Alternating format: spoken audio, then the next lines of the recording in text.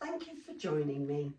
I'm Julie Oatridge, a film historian and a lecturer, and my passion is sharing the story of silent movies and the golden age of cinema with others.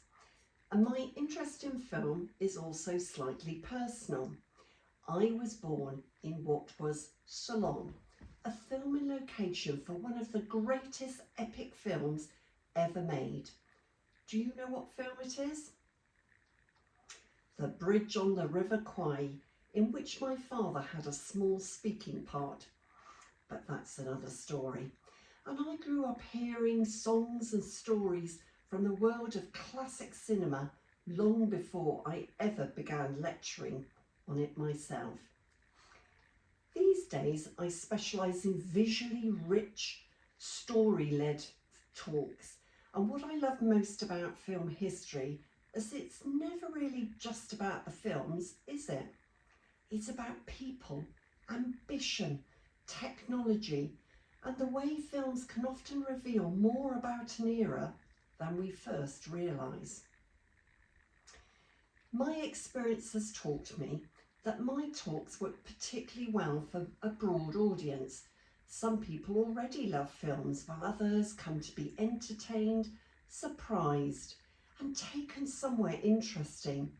So I aim to make my talks clear, visually engaging, and full of memorable moments.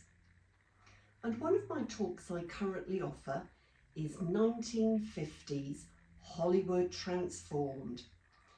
And what makes this decade so fascinating is that on the surface it still looks like the last glow of classic Hollywood, but underneath something is beginning to shift.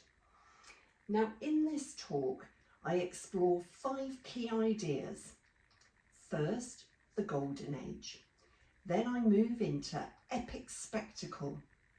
Then the rise of the rebel hero. And the deeper emotional truths beginning to emerge beneath the surface.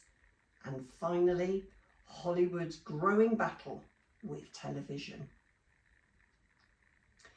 Now, in the final glow of the Golden Age, stars like Elizabeth Taylor still represent that extraordinary polish, beauty and glamour, but their performances are becoming more intimate, more emotionally revealing than before.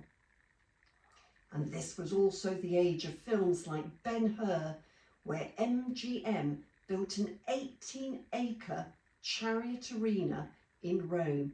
It was spectacular and it was extraordinary. And a very different kind of male screen presence begins to emerge. Actors like Marlon Brando feels less polished, less theatrical, more unpredictable. He doesn't perform for the camera in the old way, he challenges it. So what makes the 1950s so compelling is that it isn't simply glamorous, it's a moment of transition. Across all my talks, I'm able to make film history feel vivid, welcoming and enjoyable. I use carefully chosen images, film clips and a strong narrative structure so my audience feels guided through the subject rather than overwhelmed. And above all, I want people to come away feeling they've not only learned something, but they've had a memorable experience. Thank you.